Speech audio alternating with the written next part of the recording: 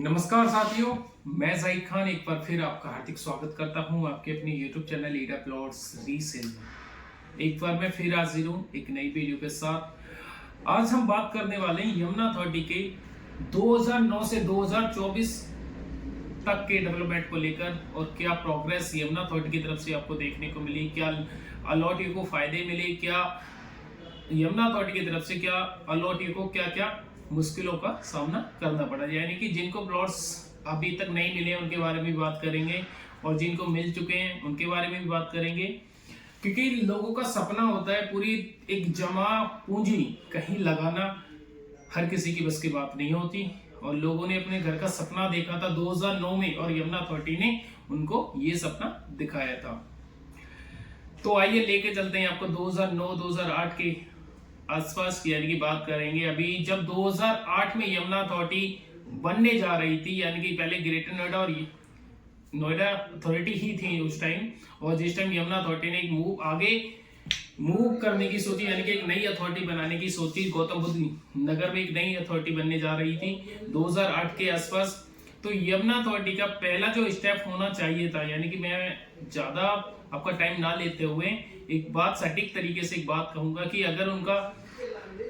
एक सीधा सीधा मुद्दा ये होना चाहिए था कि पहले उनको लैंड एक्वायर करनी थी और उसके बाद अलॉटमेंट करनी चाहिए थी। जितने लोग मेरी बात से सहमत हैं वो मेरे साथ लाइक्स और मेरे चैनल को सब्सक्राइब जरूर कीजिएगा,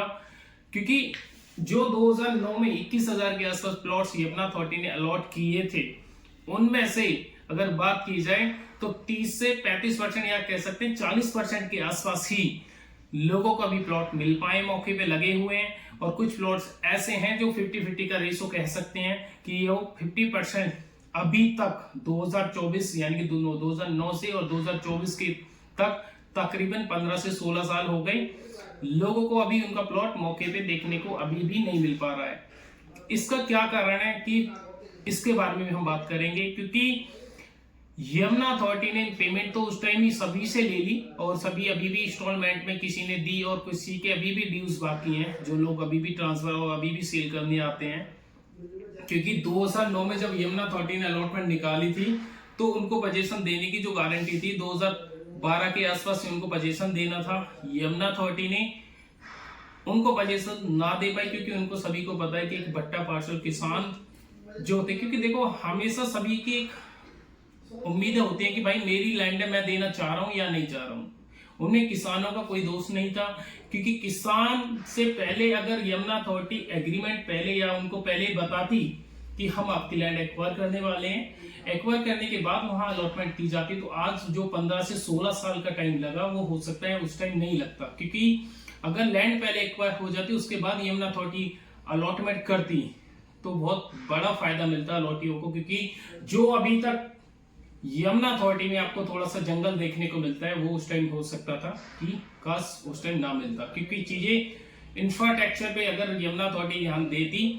तो काश वो जंगल अभी तक है वो नहीं लगता, क्योंकि लोगों को पोजीशन जल्दी मिलता तो लोग अपना बनाना स्टार्ट करते, बनाना स्टार्ट हो जाता तो लोग हो सकता है जो अब वहां 4 से 5 साल लगने वाले हैं रहने के लिए, यानी कि एंड यूजर आने के लिए वो टाइम बच जाता। तो इसमें आप कह सकते हैं कि वो गलती किसकी है, या यमुना अथॉरिटी ने वो गलती की और वही गलती अभी भी आगे करती जा रही है हमारे हिसाब से। क्योंकि देखो पहला चीजें बात करते हैं कि सीधा सीधा ये भी कि जो अलॉटमेंट उन्होंने की हुई है पहले उनका पोजीशन दे, उनके बाद नई अलॉटमेंट लाए तो वो लैंड एक्वायर करने के बाद ही अलॉटमेंट की जाए। क्योंकि अलॉटमेंट तो अभी वही प्रोसेसर है, क्योंकि सीधा फटकार हाई कोर्ट से यमुना अथॉरिटी को दी हुई है कि आप पहले लैंड एक्वायर करोगे, उसके बाद बहुत सारा प्रोसीजर 2009 में जो चीजें नहीं थी वो प्रोसीजर चेंज हुआ है और उसके बाद अब यमुना अथॉरिटी अलॉटमेंट करती है।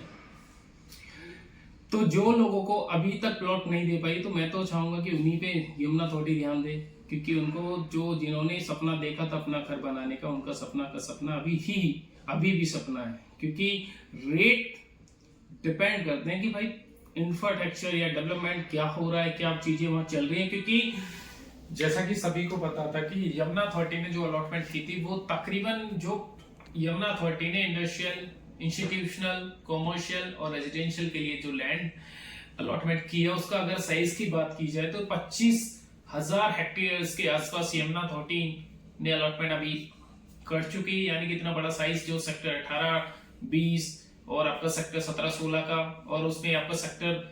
बात की जाए इंडस्ट्री एरिया के भी, वो भी आ जाते हैं। और जो इंस्टीट्यूशनल है और जो कमर्शियल के लिए लैंड एक्वा यमुना अथॉरिटी ने अलॉटमेंट कर चुकी है, यानी कि जो बैंक्वेट हॉल के लिए भी यमुना अथॉरिटी बार बार अलॉटमेंट करती रहती है। तो सीधा सीधा ये कहना है कि यमुना अथॉरिटी अभी जो अलॉटमेंट कर रही है उन पे थोड़ा सा रोक लगाए, और उसके बाद जो चीजें अनडेवलप हैं उन पे ध्यान दे, क्योंकि चीजें डेवलप करने के बाद ही चीजें आगे अगर अलॉटमेंट करे तो बेटर है। क्योंकि चीजें क्या रहेगा कि जिनको अभी तक प्लॉट नहीं मिले हैं वो चीजें क्लियर हो जाएंगी, और जिन लोगों का सपना है कि अपना घर बना के वहां यमुना के पास रहने का, वो भी हो सकता है पूरा हो जाए। क्योंकि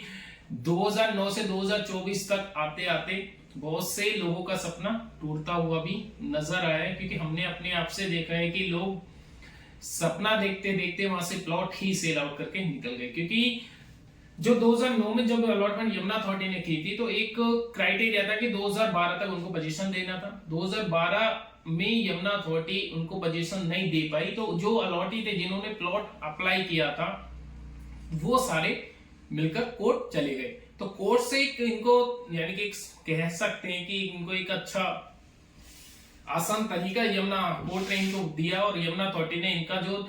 बिना पोजीशन लिए हुई ही ट्रांसफर ओपन कर दिया, यानी कि ये अपना प्लॉट सेल करके निकल सकते थे, यानी कि बिना रजिस्ट्री के। जैसे कि अभी आप बात करें तो यमुना अथॉरिटी में 2009 की बात की जो अलॉटमेंट है वो विदाउट रजिस्ट्री, यानी कि जब तक आप अपनी लीज रीड नहीं कराओगे तो तब तक आप सेल नहीं कर पाएंगे। क्योंकि यमुना अथॉरिटी जब तक पोजीशन नहीं देती है तो तब तक जो अलॉटी होता है वो अपनी रजिस्ट्री नहीं करा सकता। बट ऐसी अगर 2009 की कंडीशन यानी केस में देखा जाए तो 2009 में आप विदाउट रजिस्ट्री भी सेल आउट कर सकते हैं, यानी कि वही लोगों को ये चीजें मिल पा रही हैं जो कि 2009 से अपना जो अलॉटी है, और वो जो प्लॉट अभी तक ऐसे ही चलते आ रहे हैं और बिना रजिस्ट्री के भी सेल आउट करके लोग निकल जाते हैं। इसमें चीजें सीधे हम ये आपको समझाने की कोशिश कर रहे हैं कि जो लोग इन्वेस्टर्स हैं, वो इन्वेस्टर हैं जो अपनी मार्केट में देखा जाए कि जो अभी का प्राइस है, क्योंकि अभी लोग कहते हैं कि वहां जंगल है। जंगल आप एक बार विजिट कीजिए, आपको समझ में आएगा कि लोग ऐसे भी घर बना रहे हैं कि जो रहने लायक है, जो 2.5 से 3 मंजिल के आसपास लोग अपना घर प्रॉपर 300 मीटर में बना पा रहे हैं और बना रहे हैं। और ऐसे भी है कि 1000 मीटर में भी कोठियां लोगों ने बना दी हैं। और जो आने वाले टाइम में अगर बात की जाए तो अब यमुना अथॉरिटी थोड़ा सा स्कीम पे रोक अपना हार्ट टाइट करे और थोड़ा सा डेवलपमेंट पर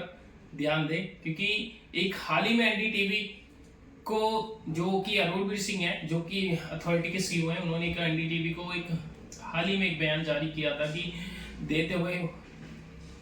उस वीडियो में दिखाई दिए थे कि यमुना अथॉरिटी को लेकर वो बहुत बड़ी बड़ी बातें कर रहे थे। तो मैं ये चाहूंगा कि अगर वो अपना वैसी जहां बात हो रही थी वैसा ही वो यमुना अथॉरिटी को ध्यान दें, डेवलपमेंट करें, तो हो सकता है जल्द से जल्द सभी का लोगों का सपना पूरा हो जाए। अगर आपको हमारी वीडियो अच्छी लगे तो प्लीज लाइक शेयर सब्सक्राइब जरूर कीजिएगा। तब तक के लिए धन्यवाद, मिलते हैं एक नेक्स्ट वीडियो में। Thank you so much.